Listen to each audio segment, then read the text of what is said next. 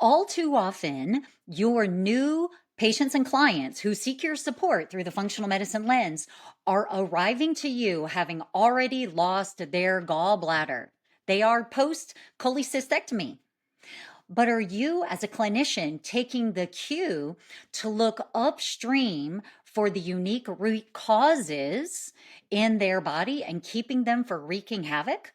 If we can't save the gallbladder that was a downstream victim, we can at least look upstream for the criminals that are likely still lurking large and wreaking havoc on the body. Welcome to Functional Medicine for Real World Impact, where we're diving into the complex, interconnected nature of health and disease, exploring not just theory, but practically what it takes to turn functional medicine insight into powerful, practical, real-world results. So please hit subscribe and let's get started. It's such a common occurrence that we're often joking about it amongst our practitioner communities at SAFM because an astounding number of individuals have already lost their gallbladder.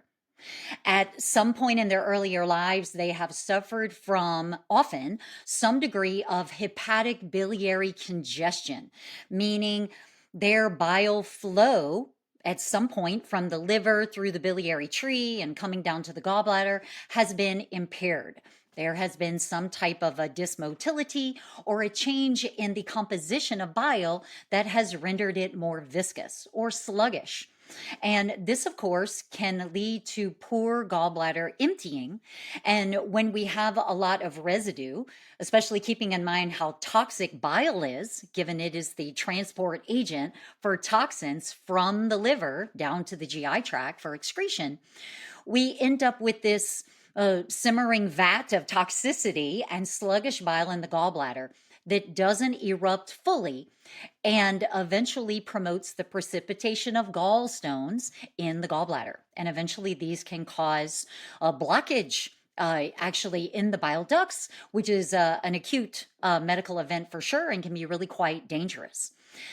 But ideally, we save the gallbladders by identifying these upstream disease dynamics in advance of them claiming a victim body part. But even if a person has already lost their gallbladder, I want you to be aware of the 6 most common contributors to hepatic biliary congestion so that you can look for them in each unique individual. Very often, 2 or more of them are involved. And with your keen clinical eye, you can identify, assess, and resolve them step by step so that other victim body parts besides the gallbladder do not end up being claimed. And of course, this is also a key aspect of patient education because your patients who have lost their gallbladder have likely been told, it's fine. Your gallbladder is an optional body part. It's not really important. It's not really necessary. But I don't think any innate human body parts are optional. And in fact, we need to recognize that the role of bile physiologically is multifaceted and goes way beyond the role of supporting fat digestion and essential nutrient absorption, which is key. But there are other critical functions as well, which we'll talk about in a bit. But let's get to the first of the 6 functional imbalances that can promote hepatic biliary congestion, that can promote downstream gallbladder disease. The first of them is estrogenic overload, because yes, there is an estrogen bile connection. This is likely the most common contributor to why women are at a higher risk of gallbladder disease and cholecystectomy than men. And higher estrogenic states increase the concentration of cholesterol in bile. It is essentially increasing the ratio of cholesterol in bile, which makes bile thicker, more viscous, so that it doesn't flow as well through the biliary tree. And over time, this absolutely can cause congestion that leads to the poor gallbladder emptying I was describing earlier. And you often will see cues and clues about this in these women because they're already struggling with things like monthly migraine headaches, maybe notably debilitating PMS, heavy menstrual bleeding, maybe passing clots. She might also have endometriosis. but a variety of symptoms that are also suggestive of estrogenic overload. And you can, of course, assess her endogenous estrogen levels and also her estrogen metabolism with things like urinary metabolite levels. And this is critical because it's really quite uncommon for women to be struggling with ovaries gone wild, where the ovaries are just producing really excessive amounts of human estrogens. What is much more common is that a woman might struggle with imbalances in estrogen metabolism and clearance. And of course, hormone metabolites still have hormonal effects. And a sufficiency of a woman's detoxification pathways, in particular pathways like glucuronidation and sulfation and methylation, she needs to be supporting these readily because they all help to support hormone metabolism and clearance. And you can learn about these clearance pathways and assess them and identify what nutrients might be missing. For example, women who've been taking oral contraceptive pills, birth control pills for a while, may struggle with sufficiency of vitamin B6. And this can impair different detoxification pathways like methylation. But we need to assess estrogen metabolism. But the more insidious contributor to estrogenic overload in not only women, but also in men is toxicity. And this is the effect of endocrine disrupting chemicals. All sorts of everyday normal products that your clients and patients are being exposed to every day. And usually not only 2 or 3 of them, but 10, 15, 20, 30 of them. And they don't know where these endocrine disrupting chemicals show up in their lives. They may be just making normal everyday household choices. But whether it's in our water or our air, our food, our cleaning products, our textiles, our personal hygiene and beauty products, we are swimming in toxic soups every day. And we need to be well fortified with a good defense.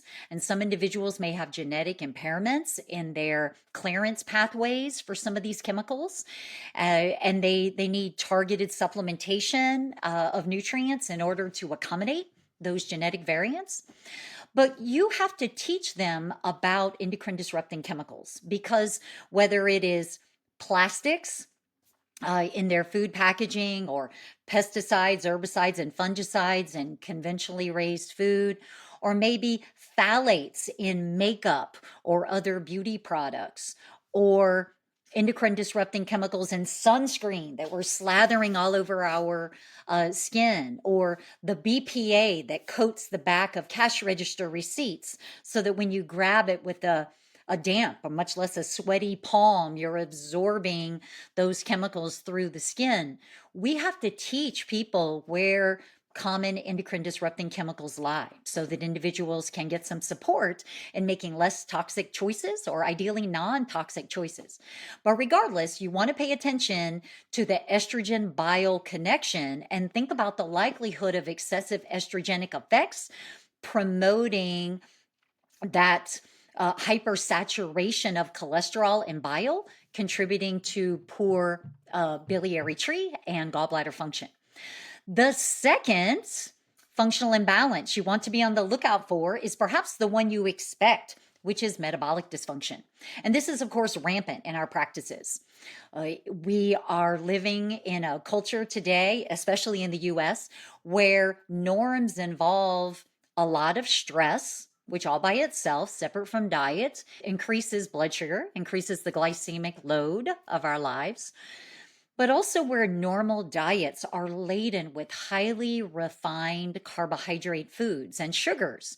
And especially where the average American is becoming more and more sedentary, we are also not moving our bodies enough to require this glut of glycemic fuel. And so over time, the body runs through a series of metabolic accommodations for this high glycemic load. And whether it's hyperinsulinemia or the progression to hypoglycemia and then eventually elevated blood sugar, the vast majority of people in your practice are struggling with some degree of metabolic dysfunction. And we want to be assessing this because over time, if we don't arrest the dynamic, then eventually blood sugar will start to rise. And we know that part of how the body tries to accommodate this is with the conversion of sugars to fats and the packaging of fats into triglycerides that are taken out to the body and stored in all sorts of lean tissues and eventually our organs and glands. And the progression of fatty liver, non-alcoholic fatty liver, is a common functional imbalance that can begin actually way before fasting glucose or hemoglobin A1C is notably elevated to any degree. And a liver that is started to experience fatty infiltration is not going to be an efficient tissue in terms of bile synthesis, in terms of bile flow, and for that matter, in terms of detoxification of critical substances that need to be escorted from the liver down into the intestines for clearance. So you want to be looking for metabolic dysfunction and ideally looking for it way before it precipitates as obesity or as marked hyperglycemia. Looking for things like subclinical elevations in fasting insulin or fasting C-peptide way before blood sugar starts to get high.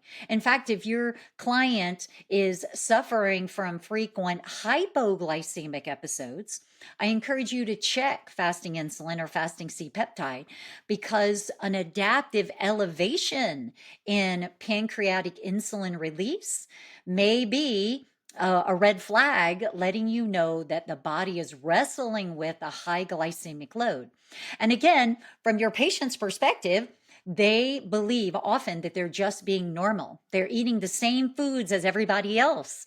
They're having the same level of stress as everybody else. And interesting research shows that even when people are eating a classic standard American diet that's laden with refined carbohydrates, 85% of Americans, depending on the study you look at, 75 to 85% of Americans self-identify as having a healthy diet. So telling people to eat more healthily is not going to cut it.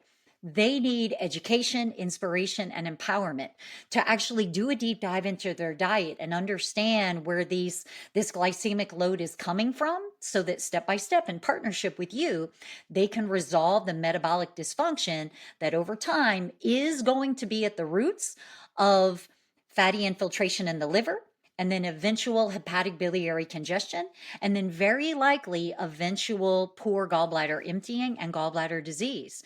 Research bears out these statistics and disease progression. Now, the third common contributor to victim gallbladders is the criminal of dehydration, and this one is commonly overlooked. Subclinical dehydration is common in your practice. We don't like to drink water, especially where we become so adapted to drinking artificially flavored, artificially sweetened beverages. A lot of people will say they just don't like water. It's boring. It doesn't taste good because their palate has become so adapted to needing everything to be sweet or creamy or flavored. And step by step, we need to find a way to work with them in order to increase their consumption of water. Why is this important for the gallbladder? Well, because the primary ingredient in bile is water. And of course, bile will become thicker and more sluggish in the context of dehydration. And this is going to increase the risk of congestion in the biliary tree and eventual development of stones. And so hydrating with water, but also making sure of ample electrolyte mineral intake is key for hydrating, not only getting water in the body, but hydrating ourselves. And so you always want to be looking for this. And in particular, using the simple tools in an everyday annual physical lab panel, especially in situations where hematocrit or hemoglobin or albumin, for example, are really markedly elevated. These are concentrated related markers in the body, and a really questionable elevation right toward the upper control limit or even clinically high can be a wake-up call about a state of dehydration. Now, the fourth common upstream criminal from the downstream victim gallbladders is hypothyroidism. And perhaps in particular, the more insidious, often overlooked subclinical hypothyroidism, which is rampant, especially in women. And at SCFM, we often say sluggish thyroid, sluggish anything, maybe sluggish everything, because intracellularly, thyroid hormone, in particular T3 and T2 thyroid hormone, are controlling basal metabolic rate of those cells, so of that tissue. And so sluggish thyroid, sluggish liver, sluggish thyroid, sluggish brain, sluggish heart, sluggish immune system, sluggish kidneys. These can all contribute also to dysfunction in the gut. And a major contributor to dysmotility in the GI tract of every type is overlooked hypothyroidism. This can reduce bile production in the liver.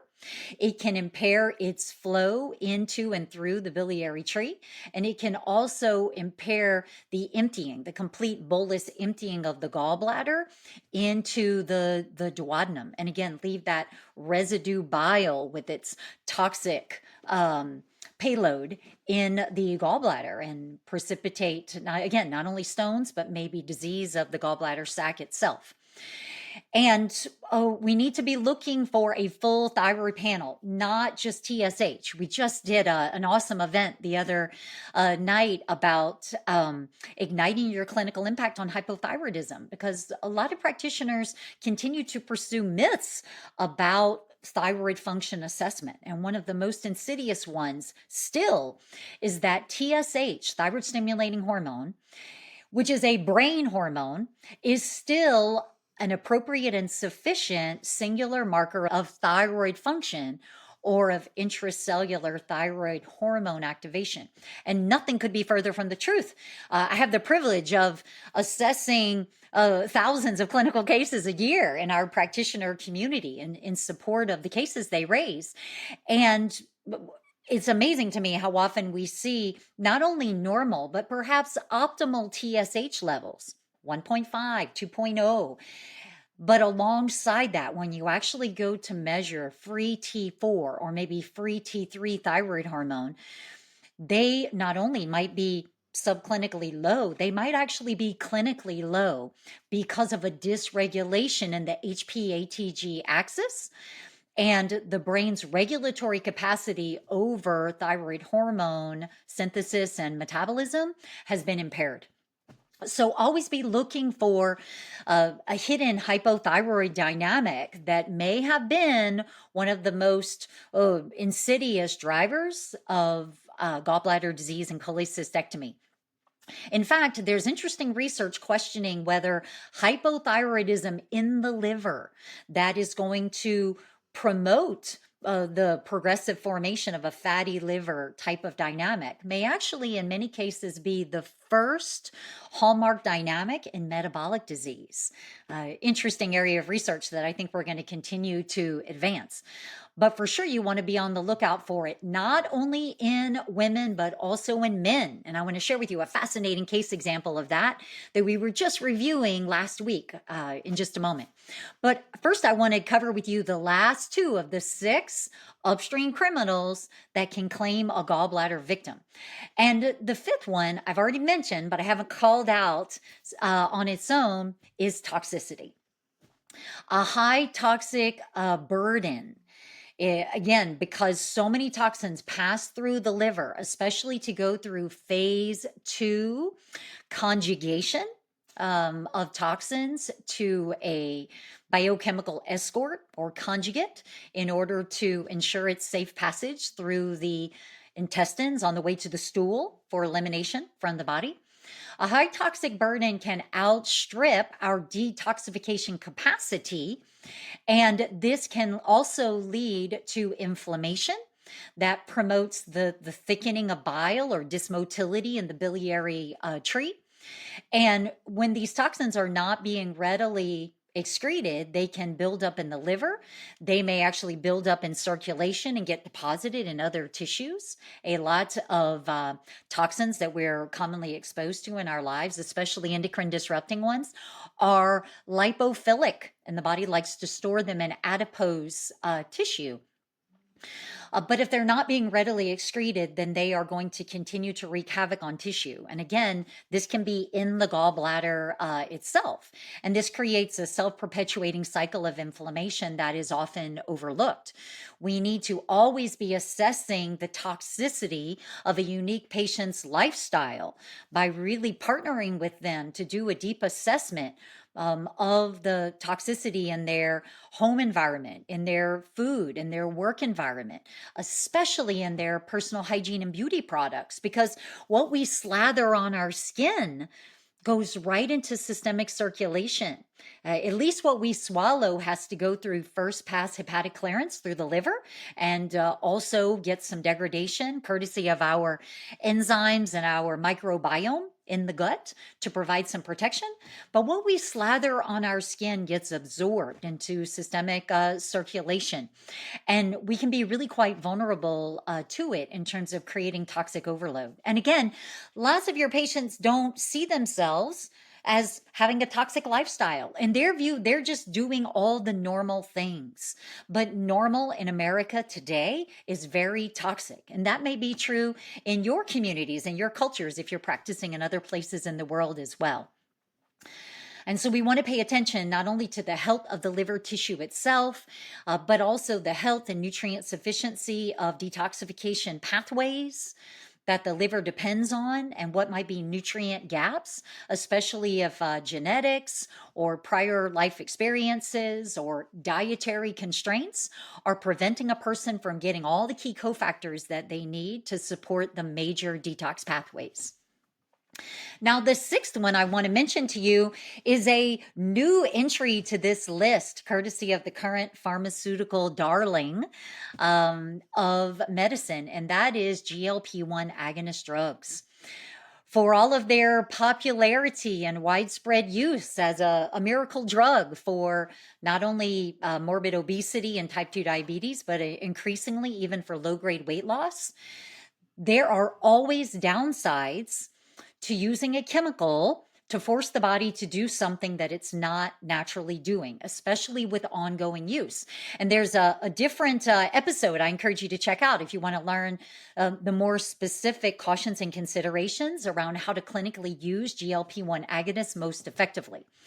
But today I want to highlight the well-acknowledged risk in published research of GLP-1 agonists promoting hepatic biliary congestion and the increased risk of cholecystectomy.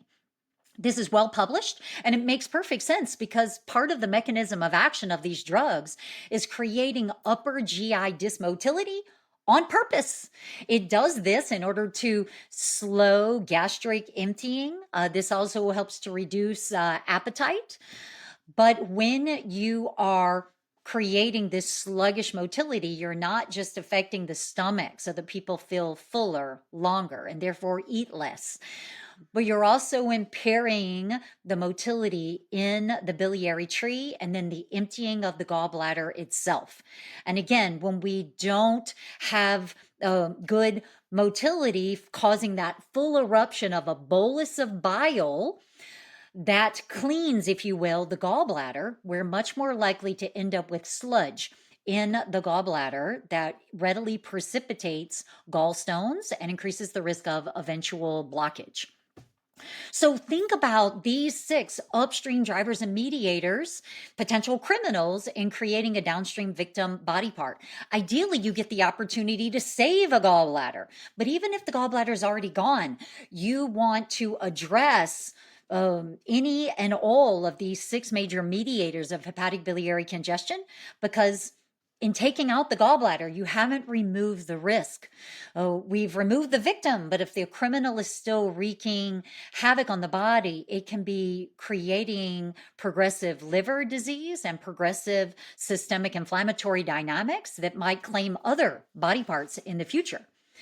But we were just talking last week about a really wonderful case, and I want to quickly summarize it for you because it was a fascinating scenario that would be very often overlooked in clinical practice, because this was a young man, a 21-year-old man who was struggling with a rich diversity of symptoms. And he had not gotten the help that he needed, largely because a practitioner had not had beginner's mind and cast a broad enough net in looking at what might be precipitating his challenges. He was struggling with some cognitive impairment, poor memory, some challenges with focus. He was struggling with being 6'4" high and only 160 pounds, very thin, despite eating a lot of food.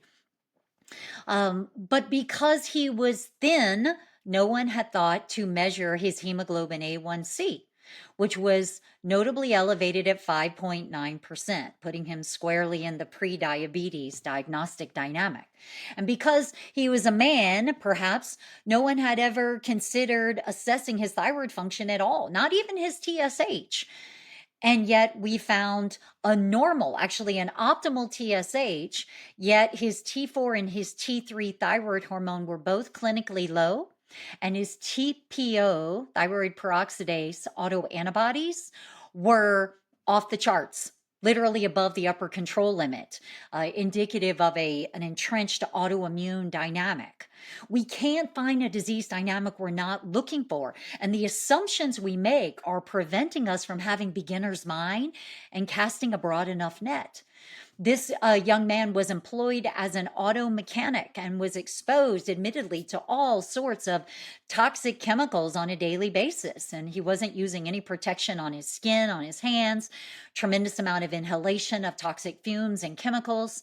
And even though his ALT and his AST, right, what we often call his liver function test or his liver enzymes, were markedly low in the normal range, his alkaline phosphatase and his bilirubin were elevated, speaking to gallbladder congestion, hepatic biliary congestion, and the need to address the roots in order to save his gallbladder. I love this case because the practitioner now has guidance that we provided as a collaborative community in our open coaching calls. We get to go through a 2-hour deep dive case review and mentoring session with practitioners for their current clients and patients.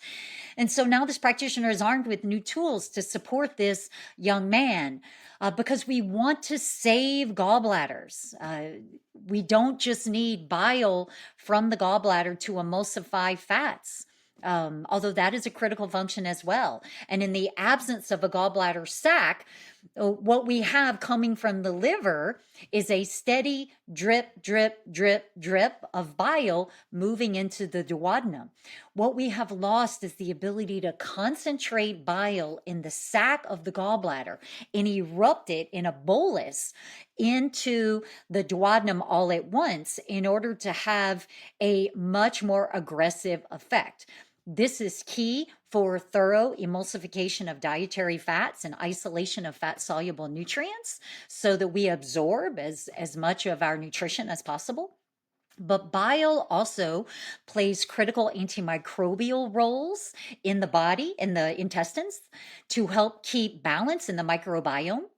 Bile has antimicrobial properties, and a lot of our innate commensals like lactobacillus and bifidobacter have evolved to become resistant to the effects of bile. But this is part of passive immune function. But also because bile acids, especially secondary bile acids, play metabolic regulatory roles downstream in the intestines in order to help us to maintain optimal pancreatic function and insulin signaling. And not only for the pancreas, but also metabolic regulation in the liver. We need bile. More importantly, we do need our gallbladders to concentrate that bile so that we can be promoting health downstream. So I invite you to consider the powerful clinical service of saving the gallbladders by looking upstream for common criminals that can wreak havoc on it.